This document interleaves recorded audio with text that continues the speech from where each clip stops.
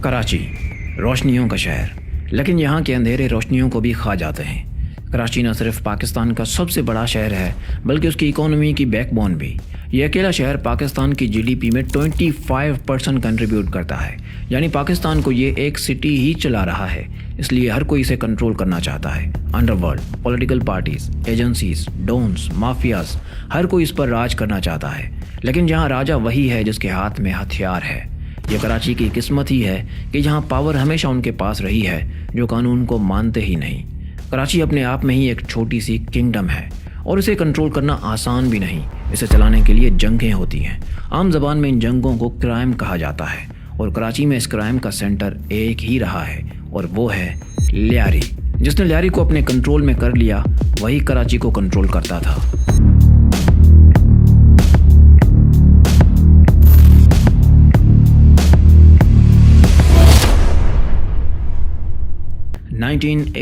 लियारी कभी बेनज़ीर भुट्टो का इंतखाबी हल्का हुआ करता था और फुटबॉल, बॉक्सिंग, मार्शल आर्ट जैसे स्पोर्ट्स की वजह से मशहूर था।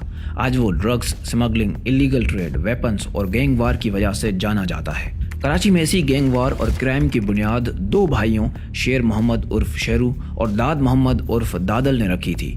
इनकी गैंग ड्रग्स बेचा करती थी। इनका राइवल था इकबाल उर्फ बाबू डकैत। वो भी लियारी में ड्रग्स और अफीम का कारोबार किया करता था।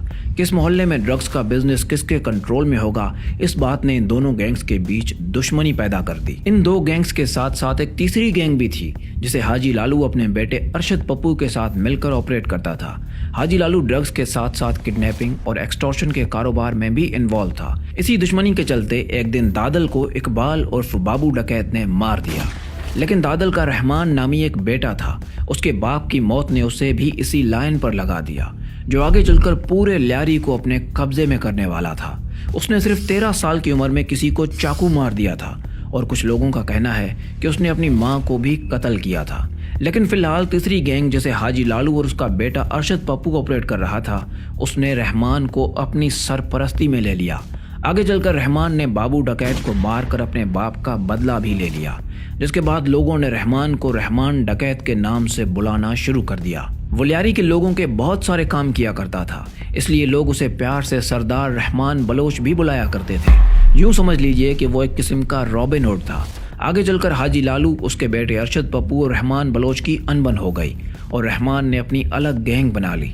रहमान डकैत जब अपने उरूज पर था तब वो कितना पावरफुल था, आप इस बात से अंदाज़ा लगा सकते हैं कि 18 अक्टूबर 2007 को जब कारसाज के इलाके में बेनज़ीर भुट्टो पर हमला हुआ था और 140 से ज़्यादा अफराद मारे गए थे, तो रहमान बलोच ही था जो बेनज़ीर भुट्टो को बहिफाजत क्लिफ्टन में उसकी रिहाइश गाह पर पहुंचा कर आया था। उस टाइम इन गैंग्स को पॉलिटिकल पार्टीज की सपोर्ट हुआ करती थी। वो इन गैंग्स को अपने इंटरेस्ट के लिए यूज किया करते थे। अरशद पप्पू को एमक्यूएम की सपोर्ट थी और रहमान डकैत को पाकिस्तान पीपल्स पार्टी की। और आगे चलकर रहमान और पाकिस्तान पीपल्स पार्टी की भी अनबन हो जाती है। तब रहमान पीपल्स अमन कमेटी के नाम से अपनी अलग पॉलिटिकल पार्टी शुरू कर देता है। अरशद पप्पू और रहमान की राइवलरी बढ़ती गई। ये दोनों अब एक दूसरे के रिश्तेदारों को मारने लगे। रहमान के बहुत सारे लोग मारे गए थे। अरशद पप्पू की गैंग बहुत ज्यादा बड़ी थी और पाकिस्तान पीपल्स पार्टी ने भी रहमान के ऊपर से अपने हाथ उठा लिए थे।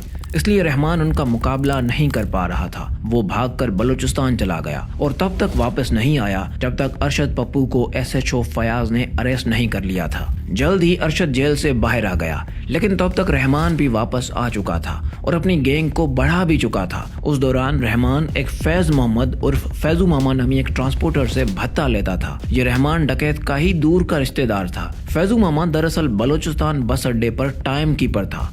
फिर सालों बाद वो मैनेजर बना और थोड़ी थोड़ी रकम जमा करके उसने अपनी ट्रक ले ली और फैजू मामा बलोच के नाम से ट्रांसपोर्ट का बिजनेस शुरू कर दिया।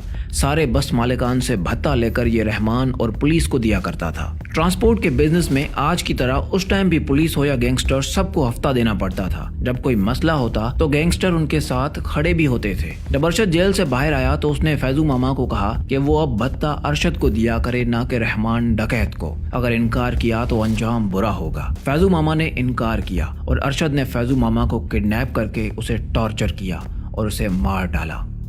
फैजू मामा के कत्ल ने लियारी के गैंगवार को और भी भड़का दिया। रहमान बलोच की गैंग को एक और झटका 9 अगस्त 2009 को लगा, जब खुद रहमान को सुपर कॉप असलम चौधरी ने पुलिस मुकाबले में मार डाला। रहमान तो चला गया, लेकिन उसकी कुर्सी खाली नहीं रही। अब उसकी जगह बैठा उजैर बलोच।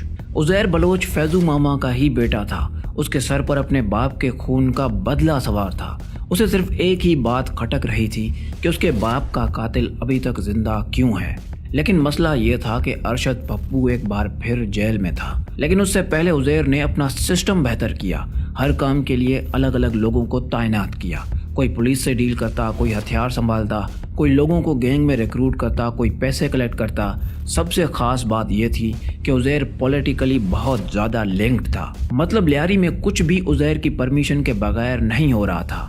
उजैर इतना ताकतवर बन चुका था कि कोई उसका नाम तक नहीं लेता था। लियारी में SHO हो या DSP, सब उसकी मर्जी से लगते थे। लियारी उसकी किंगडम थी और वो लियारी का राजा था।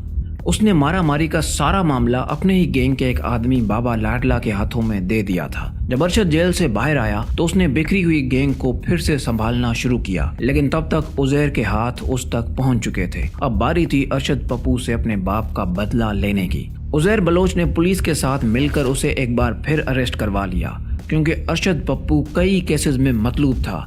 तो अगर वो मर जाता है तो पुलिस का ही फायदा था, और उसे पकड़ने के पैसे मिले तो ये तो सोने पे सुहागा है। इसीलिए पुलिस ने अरशद पप्पू को अरेस्ट करके उजैर के हवाले कर दिया। उजैर के लोगों ने उसके साथ क्या किया शायद आप सुन भी ना पाए।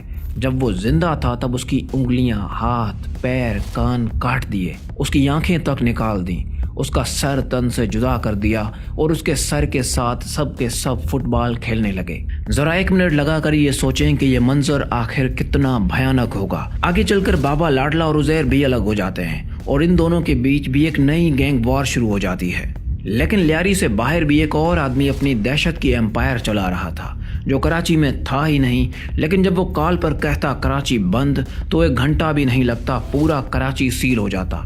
ऐसा लगता कोई यहाँ पर रहता ही नहीं। वो था MQM का बानी अल्ताफ हुसैन। तो वो मुहाजिर कम्युनिटी के राइट्स के लिए आवाज़ उठाया करता था और लोगों ने उसे सपोर्ट भी किया। लेकिन फिर कुछ सालों बाद पार्टी के अंदर ही करप्शन और वायलेंस शुरू हो गया। आप बड़ी उम्र के किसी भी शख्स से पूछेंगे तो वो आपको MQM के किस्से ज़रूर सुना देंगे। लियारी में उजैर का राज था और बाकी कराची में MQM का। हर रोज 40 से 50 लोग मरने लगे। मीडिया पर आवाज उठने लगी और लॉ एंड ऑर्डर को मेंटेन रखने के लिए सिक्योरिटी फोर्सेस पर प्रेशर बढ़ने लगा। तो 2013 में नवाज शरीफ ने रेंजर्स को फुल अथॉरिटी देकर कराची को साफ करने का हुक्म दे दिया। रेंजर्स और पुलिस ने मिलकर ऑपरेशन लियारी और ऑपरेशन क्लीन अप शुरू कर दिया। उजैर बलोच ऑपरेशन से बचने के लिए ईरान चला गया और फिर वहां से दुबई। फिर 2014 में इंटरपोल ने उसे अरेस्ट करके पाकिस्तान के हवाले कर दिया। MQM के साथ भी कुछ ऐसा ही हुआ। पहले उनके मिलिटेंट्स खत्म किए गए, फिर उनके वर्कर्स को उठा लिया गया और उनको हाफ फ्राई फुल फ्राई किया गया। फिर सेक्टर कमांडर्स को रेंजर्स ने उठा लिया और फिर उनका हेडक्वार्टर 90 बंद कर दिया गया। कराची से टारगेट किलिंग्स, भत्ताखोरी जैसे क्राइम्स तो खत्म हो गए, लेकिन अब नए सिस्टमैटिक माफिया स्टाइल क्राइम्स हो रहे थे, जिन्हें व्हाइट कॉलर्स, सूट बूट पहने लोग ऑपरेट कर रहे थे। वो थे कब्जा mafia, real estate mafia, water tanker mafia, garbage और रिसाइकलिंग माफिया, स्क्रैप और इंडस्ट्रियल माफिया। और ये बहुत ज्यादा पावरफुल लोग हैं जिन पर हाथ डालना आसान नहीं है। कराची आज़ादी के बाद से लेकर अब तक बदकिस्मती का दौर देखता हुआ आ रहा है। जितना शेयर ये GDP में कंट्रीब्यूट करता है उसे टोक्यो या न्यूयॉर्क जैसा होना चाहिए था, लेकिन बदकिस्मती इसका पीछा ही नहीं छोड़ रही और ये अफ्रीका के अंडर डेवलप्ड शहरों से भी बुरा हो गया है। लेकिन अब सवाल ये है कि अब कराची किसके कंट्रोल में है।